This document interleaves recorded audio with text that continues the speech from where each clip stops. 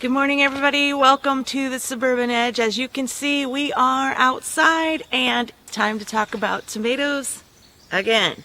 It's been about 2.5 weeks of intense sun since the last time I showed you how I prune my tomatoes.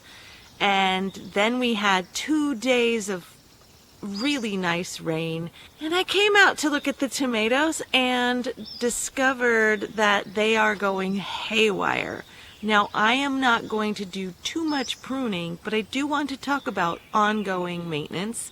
And especially today, I want to talk about Piennolo del Vesuvio. That is an heirloom tomato that's grown on the hillside of Mount Vesuvius. And it is prized in 5-star kitchens all over the world.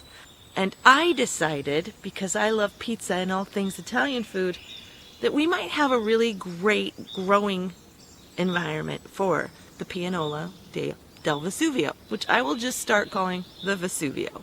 Now, Piennolo means hanging. These tomatoes, when hung up and stored properly, can last up to a year, and that is because they are hung when they're 70% ripe. They are picked and hung on hemp ropes and hung up in a dry, airy location, and you can eat fresh tomatoes in the middle of winter. I want that. I want that so badly. Now, these are grown in a colder climate on the side of a mountain, and we have in the Pacific Northwest a bit of a colder climate too. So I thought that these might be really ideal to grow here. They're kind of a strange tomato so far. They have, and I will show you some fruit that's coming on, but they're a little cherry tomato, and at the end there's this little nipple that comes out, and I'll show you that too. But they are starting to fruit. I do have some ongoing maintenance. I did say in my last video that you're not done with your first pruning. You do need to continually prune off suckers, and studies have shown that you will get a bigger yield. A lot of people just let their tomatoes grow, and that's great, but I really want to focus this plant's energy on fruit production. And that means I have to periodically come out and prune off suckers. The Vesuvios put out a lot of suckers, and I have some decisions to make today. But first, I want to tell you who I am. I'm Misty with the Suburban Edge. I'm so glad you found me. On this channel, we can learn about modern homesteading. It's pretty fun. I do a little outside, a little inside, a little cooking, a little canning, all those fun things. So if you're interested in all those fun things, hit that like button, hit that subscribe button, hit that notification bell. Join me. It's fun here. Okay, well, I'm going to give you a little lesson about Piennolo del Vesuvio tomatoes. Where did I put that remote? I don't know. I will say that we did have a mix-up. My intention was to plant all Vesuvios in one row, all Matinas in another, and then in the first row the striped Romans. But I do have a Vesuvio hiding in my striped Romans, and I have a striped Roman hiding in my Vesuvio. We didn't notice the mix-up until way too late. I'm not sure if you can hear the opera singer next door, but my brother and sister-in-law live right next door. Hi, Tom and Bonnie. And they have huskies, and one is a true diva. And you may hear her singing in the background. And not to worry, we don't have ghosts or a train nearby. That is actually Jasmine, our local opera diva. That's her. Okay, back to tomatoes. This plant puts out copious amounts of suckers, and it has since the beginning.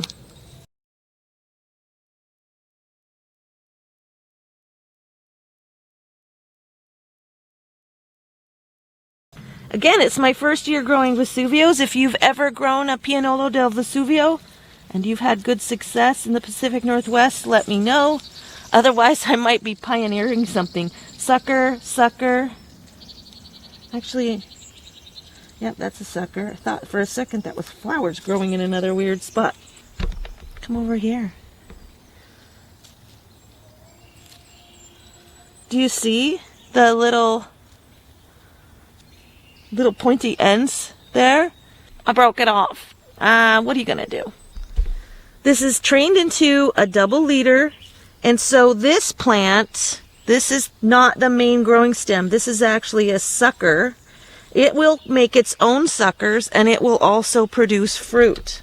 So this stem with leaves is also, it's not just a flower bract, it's growing its own sucker basically, and it has flowers on it. So I'm going to leave it, and it will continue to grow up.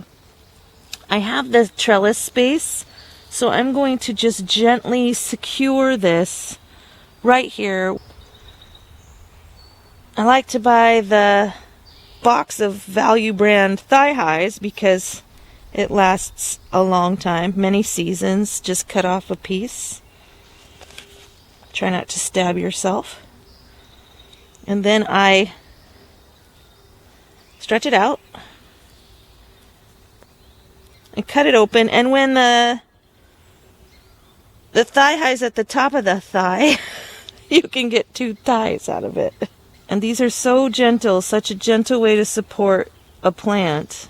I'm going to come down here between these fruits. As the fruit gets heavier, this will provide nice support. And since I'm letting that sucker, I don't know what to call that, since I'm letting that new leader grow, it's going to need some support as well. Once it gets tall enough to weave in and out, then I won't need to continue to support it, but that really looked like it was starting to droop down, and with any new growth that's coming up, we really want to give it a little helping hand.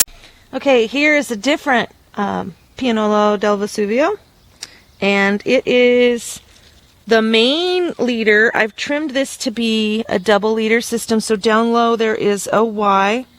And this is the main leader. And I'm looking specifically here at the top. You can see that there's a little sucker here and a little one here, easily removed. And then sometimes it's hard to tell, is this the main leader or is this the main leader? Well, this flowering branch right here tells me that this is the main leader, and that suckers sometimes grow right below a flowering branch. And since I have 2 leaders on this plant that are also creating suckers, I really don't need this to put energy into here. So I'm going to take my trusty and sanitized paper crafting scissors and just pick that one out of there. Now, why is that so important for me to go slowly at this point? If I cut this part off, if I think, oh, that's the sucker, I have terminated the growing for this plant. And I do want this plant to continue to grow and put out flowers and even suckers, and that is the story there. And I'm just going to ask it to come around here. I'm going to secure it here a little bit. I'm going to weave it around the very edge of this cattle panel, and there's nothing on this side to support this plant should it want to hang out. What I don't want is somebody to come by and accidentally break off that hanging branch. So I'm going to try to train it to just climb up this very outside edge of the cattle panel.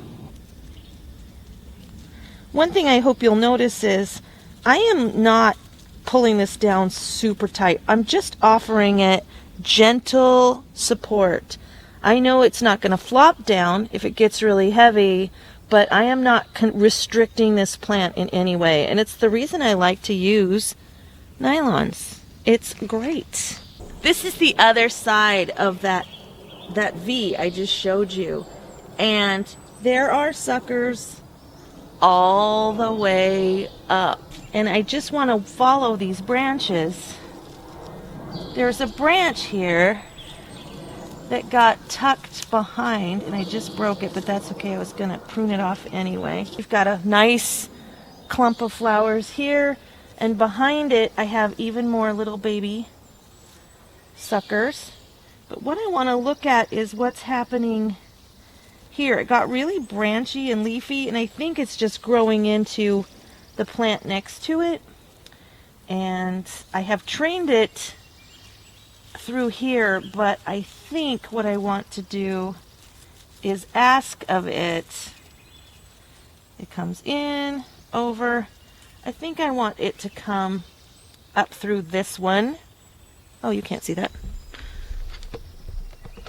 I originally trained this plant to come through this, but I'm going to ask it to come through this square because there's a lot of growth happening right next door, and I'm going to just secure it, and it's got a curve in it. I'm going to secure it to this one, and it'll eventually pop up here and grow in this one, and that'll be better for me. It is better to come out here periodically and assess how the things are growing than wait until it's a crazy overgrown mess. Wow, this thing loves to put out suckers. They're literally in every little elbow. I have a lot of baby tomatoes on, so I want to be extra gentle with all that I do. It's going to be a nice sunny day today, and I want to get my pruning done before the heat of the day. Early in the morning is best. And you know, if you're gentle, these cattle panels are really ideal. Actually, it's the second week of June, and right now I'm only pinching off the baby suckers, and I am going to make decisions about any suckers that I might have missed. But at this point, I'm leaving all but the most obviously distressed or diseased leaf branches alone. We've had a lot of intense heat this summer, which is helping my tomato production. And it's early days. It's early summer. So I want to keep as many sugar-producing leaves, that's sun-catching leaves that will turn that plant's energy into fruit. I want to leave as many of those intact. It does that, but it also helps protect the plant itself from sunburn. So unless it's showing distress or obvious disease, I am going to leave the producing leaves alone at this point. They are pruned up at the bottom from the last video. I will attach that video to the end if you didn't see it. And we pruned out any suckers we did not want to develop that we saw, and any diseased leaves or any leaves touching the soil, or in my case the top of the straw bale. At this point, I am not taking off any major leaves. Are you growing Pomodoro de Piennolo del Vesuvio tomatoes in your backyard? Man, I would love to meet you. Comment down below. This is my first time, and most of the information about these tomatoes on the internet is in Italian. So let's help each other out. I'm going to continue to train and prune these little guys because they are becoming not so little guys. Thanks so much for stopping by. You know I love to have you around. Bye.